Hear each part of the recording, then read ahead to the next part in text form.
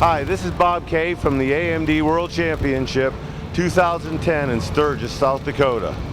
I have with me today Justin Gurney, son of the famous Dan Gurney, auto racer. What a lot of you may not be aware of is the Gurney family involvement in motorcycles. They actually came out with a production motorcycle in 2001. They are entered in the production class here at the World Championship, and what we have today we're going to be talking about is the evolved version of the motorcycle. It is known as the Alligator motorcycle, and this particular one is called the Instigator. So thank you, Justin, for joining us today. Thanks for having me here. Okay, what we want to do is really talk about the motorcycle today, and with the racing background of the Gurney family, you will see a lot of innovation in this that reflects on their knowledge and expertise in that racing. So today we're going to start out with talking about the chassis design, the triangulated configuration of the frame, and actually, Justin, why don't you tell us what the design objectives of this particular motorcycle were? Yeah, no problem. Thanks. We wanted to make a bike that was that looked cool, obviously, but looked kind of like a cruiser, but still actually handled very well. So we put a lot of engineering into this bike and learned a lot of stuff from the first bike on handling.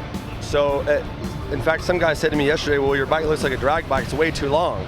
It only has a 58-inch wheelbase, which is certainly not too long. Well, that kind of lets us know what you were going after, but now the execution is something that appears to be very unique. Talk a little bit about a triangulated frame and the advantages of that, and why you chose that. Yes, it is kind of, I don't know if Ducati is a bad word around here, but it's kind of Ducati-esque. And our first bike was the same way with the trellis frame.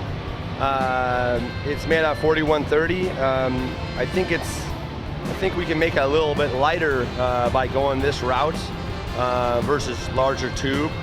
And I kind of liked having it to where you could see the engine, see the shock. I like how it's open, nothing's completely closed up.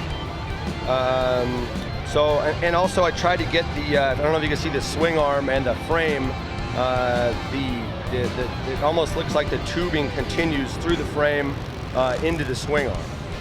Well, I really like your openness on the engine design and everything. I've always been a believer myself that the bike is kind of built around with the engine as a focus. And of course, everyone knows that the World Championship is a show that's based on engineering and design over just pure form.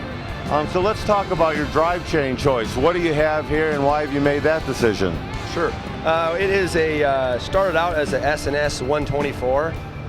We did a lot of work to it. Obviously, some guy also said to me yesterday, where's your carburetor? Right? Well, it's fuel injected, so I first wanted to do that because it makes the bike a lot cleaner side to side. There's no carburetor sticking out of the side. And we did a lot of work on this motor.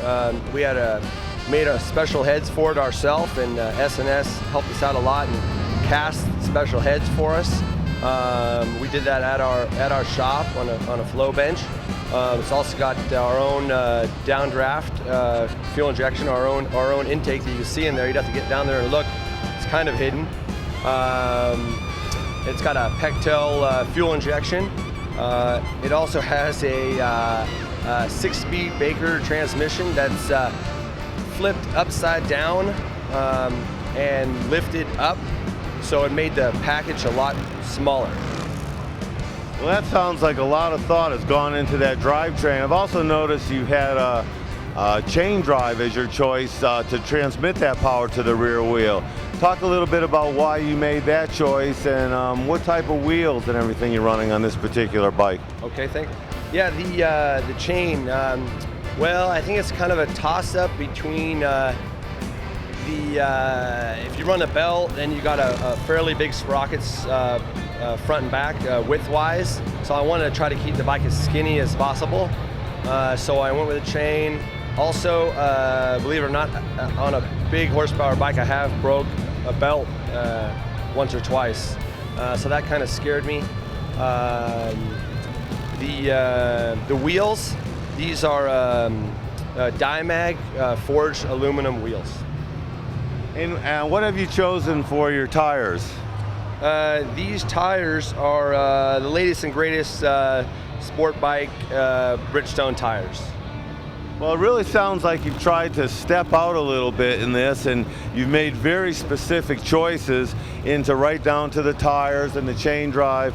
Sounds like there's a lot of racing heritage in this this whole design. So why don't you kind of wrap this all up for us and talk about the availability. Actually, this is a production bike, and unlike some of the freestyle bikes that are totally one-off, this is something that is available to the general public. That's right. Well, the bike again, I wanted a bike that looked extremely cool, that you could show off, right down the street. People say, what the hell is that?